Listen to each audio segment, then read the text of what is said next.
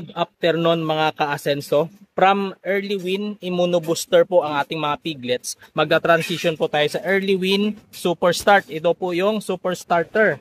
Ang dami po ng kain ng ating mga piglets ngayon sa edad nila na 38 days old na po sila. Nasa 1.6 kilo na po. Ito po, titimbangin natin yan.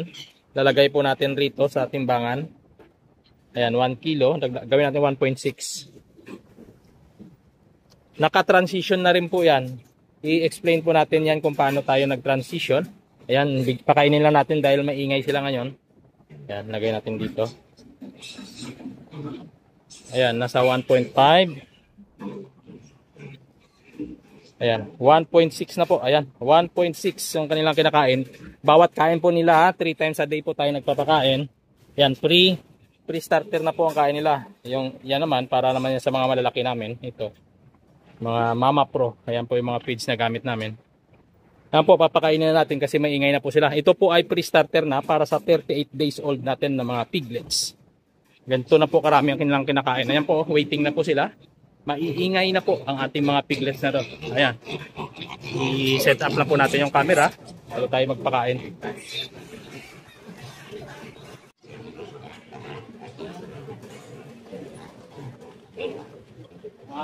Ingay, ang hirap yung pakainin. Masikip na po sila rito. 38 days old po sila. Tatakaw nila. Sa kabilang iba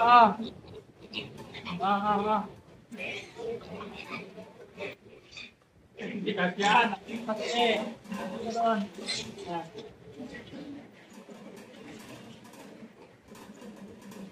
Galing dyan, magbigay tayo. Ayan,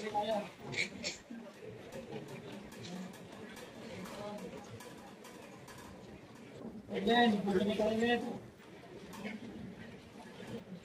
Hindi lang, magbigay mo na ako. Ayan mga ka-asento, ganyan ko lang po sila pinapakain. Basic na sila dito, dahil 11 po sila, 9 lang po nakita ang ating pagkainan. Pero palit-palitan naman sila, hindi naman nila ito agad na uubos. Yan po, ang lalaki na po nila sa edad na 38. Ito nila. Nasa po ito na po nilagin.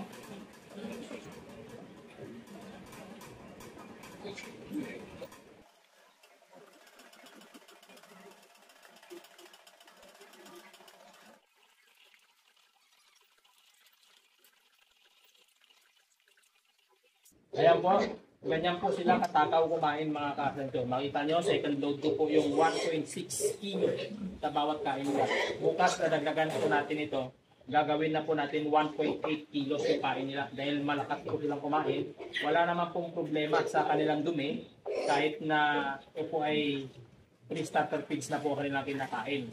Mostly kasi sa ibang mga nagtatanong sa akin, kapag nagta-transition po sila, basa yung dumi ng kanilang mga piglets. Sa amin po, may konting reaction, parang nag-yellow ng kaunti. Dahil po yan sa feeds na kinain nila, dahil solid feeds na po kinakain nila mula dun sa immunobooster na feeds. Dahil malambot po yun, gawa sa gatas kasi yun. Ito naman, gawa na po ito sa mga, meron na po itong mga crude protein na dinagdag. Papunta na po ito sa starter feeds. Ngayon, kaya po na normal naman ng dumi nila dahil meron po tayo ginagamit na Sulfar QR. 5 days po yan. So, sa 2 days na po natin na pagbibigay ng Sulfar ngayon. Pre-starter feeds na po yan. Early Win ng Pigrolac po. Ito po, gawa ng Pigrolac.